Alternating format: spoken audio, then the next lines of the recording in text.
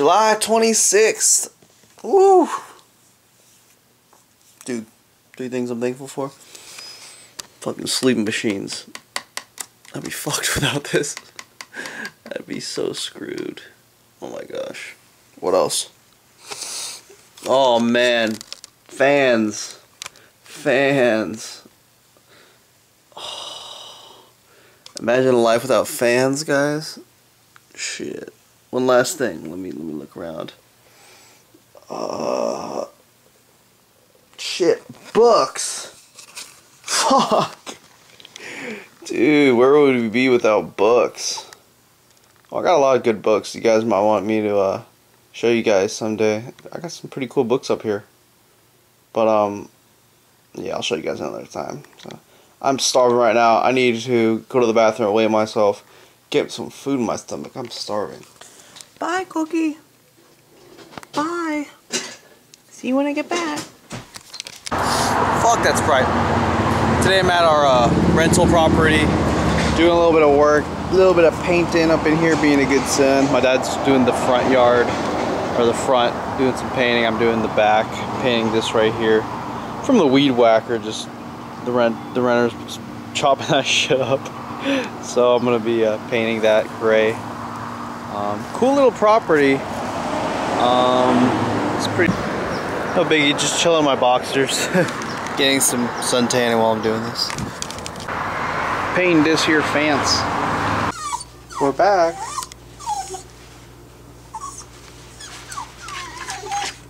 I'm coming. Give me a second. Jeez. Slow down, Cook.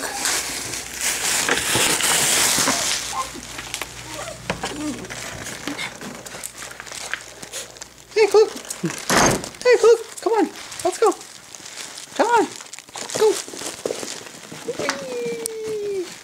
Dexter and food. That 2 weeks post-show vascularity dough. Yeah.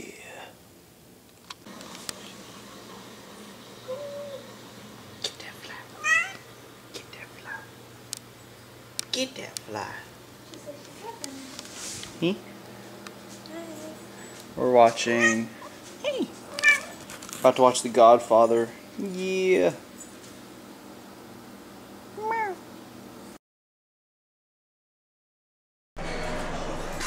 Workout vlog of peace. Look at that ass. For those new to the channel, I'm on a legs, push, pull, off, repeat kind of schedule. One leg workout begins with the squat. The next leg workout begins with the deadlift. And I have different exercises for the different leg days. So this is my squat leg day. I begin it with the squat. And I also alternate the hypertrophy and strength rep ranges. So for example, this is going to be hypertrophy rep ranges. So I'm doing sets of 10 in this workout. And the next time I squat, which will be after my next deadlift session, I'll be doing lower rep, so the 4 to 6 rep range. So that's kind of how I switch things up. Not really. So I hit 225 for a couple, 2 or 3 reps, and that was 315 for 1 rep. Now here's my work set. I'm going for 8 to 10 reps here, and I think I have 345 on the bar at a body weight of around 165, maybe a little bit less, or just right at 165. So that's a decent weight for my body weight. Let's see how this goes. I squat high bar, so the bar is on top of my traps. I use Romelio 2s, those are my shoes. On my knees, I have Ray-Ban knee sleeves. Really common questions. And my belt is an Inzer lever belt, which can be bought on inzernet.com. Going for that 10 rep here, and it's cruising along just fine. It's cruising along. I really like this rack. I really like cages like this where I can actually adjust the pins and all that. That's the place you want to squat, guys. You can adjust where your depth is perfect at and so on. I love squatting in racks like this. So I'm in my element up in this rack. Grinding it out. There we go. All done with that set of 10. So that was 345 for a set of 10. And at that point, I was like, okay, time to drop some weight. So I dropped the weight down 20 pounds. If I'm correct, I believe that's 5%. I believe that's a 5% drop in weight. I may be wrong, but it might be around 5%. Usually, depending on how I feel, I'll drop the weight 5%, 7%, or 10%. Like, for example, if I totally bomb out and I don't even hit my goal rep range, I might drop the weight 10%. If I'm feeling incredible and I hit the top of my rep range goal, I might drop it 5%. And if I'm like in between, I'll drop the weight about 7%. So if I only hit 8 reps and it looked like absolute shit, and I felt like shit, I might have dropped the weight, 10%. So it would have been even less than 325. It might have been 315 or so. So yeah, my thing is I like to hit as many, like however many sets it takes until basically I hit that same point that forced me to drop the weight. So you can call that a RPE 9, which means, hey, I felt like I only had one more in my body. So I don't know, I might have done one more set, I'm not really sure, but basically I hit as many sets as required for me to be like, oh shit, that was an RPE 9, basically a rating of perceived exertion of 9, which on this scale basically means I felt like I only had one more left in the tank. So it's kind of my way of auto-regulating or instinctive training, so that I can base my volume for the day based on actually how I lift, how my body reacts to the rep range and the weight and so on, and my performance for the day. So if my body's not performing as good as it should or as good as I thought, I'll drop the weight a little bit more and maybe even end up with less total volume. So in the days I do feel good, I'll drop the weight less and I'll end up with as much volume as I can pack in with that given weight that I end up with. Back doing the RDLs, which are kind of new for me because I cut them out for a little bit, so they're always interesting and fun. Done with my workout, just picked up my Chipotle. Let's talk about this workout for just a second. Felt pretty damn good about that squat session. I raised the weight that I was squatting with from the last time that I squatted in the 8 to 10 rep range by 5 pounds. So last time I did 340 for a set of 10. This time I did 345 for a set of 10. Last time I backed down to 315 for a set of 10 after the heavy set. And this time I backed down to 10 pounds heavier, so 325 for a set of 10. After that, I was still feeling pretty good. I'm throwing Romanian deadlifts back into my program.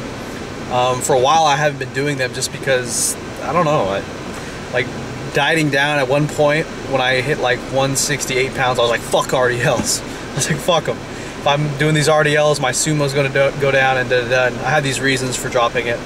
But I'm bringing it back in since my hamstrings are something I really want to work on this off season. And I took my lunges and I'm putting that after my RDL instead of lunging directly after my squats. So small changes here and there. Though today, after hitting those RDLs, I was just annihilated. Like I felt pretty damn tired and just not all up to it. So after I did my RDLs, I was feeling pretty tired, and I think I didn't get enough sleep last night, like at all. And also, normally when I wake up in the morning, I drink quite a bit of water after I weigh in, and this morning I really drank probably half or less of the amount of water that I normally drink. So that's something I kind of need to remember, and something that in the future I might place, say, a glass or two of water next to my bed so that after I weigh in, go back into my bedroom and chug some water, since I really feel I personally really like water and it helps get me going, especially in the morning. And something I need to remember is I need to be hydrated for my workouts, even though I can't just like quench my thirst, because that's not quite enough for me personally when it comes to working out. So that's something for the future. A little bit more sleep next session. More water for next squat session, next leg session. But overall, I'm feeling like the strength is starting to come back. I'm feeling good. It's weird.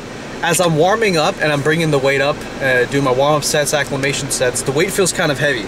Maybe it's because I'm not in the zone so much on those warm-up sets, and I need to get myself in the zone. Because when it comes to my heavy sets, like I am so tranced out, like focused on killing the weight.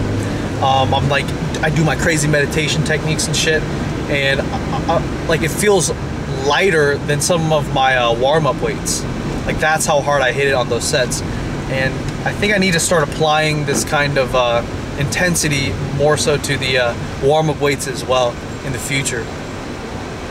So that in the future, you know, they're not as heavy and I might be able to even lift those heavy weights even better. So that's something I need to focus on. Something that I've noticed is a lot of people kind of pussy hit their warm-up sets. They'll just be like, they're not really explosive. Whereas, especially on those heavy movements, those compound movements, you really want to kill it. I'll see people like, it's fine to warm up, say with the bar 135, nice and slow, and you know, feel the muscle, kind of get it warmed up. But when you're working your way up to heavy sets, where you're actually trying to lift some solid weights, you might want to be a little forceful and get that shit up, and have some intensity, not just with the weight. So that personally has been something that I found has helped me drastically over the years. Really put names to faces. We know the players. We could start pulling them apart, playing them against each other. I couldn't pass it up. Power the seat. You can't just walk into a police station and punch a cop. Responsible for what happened to me?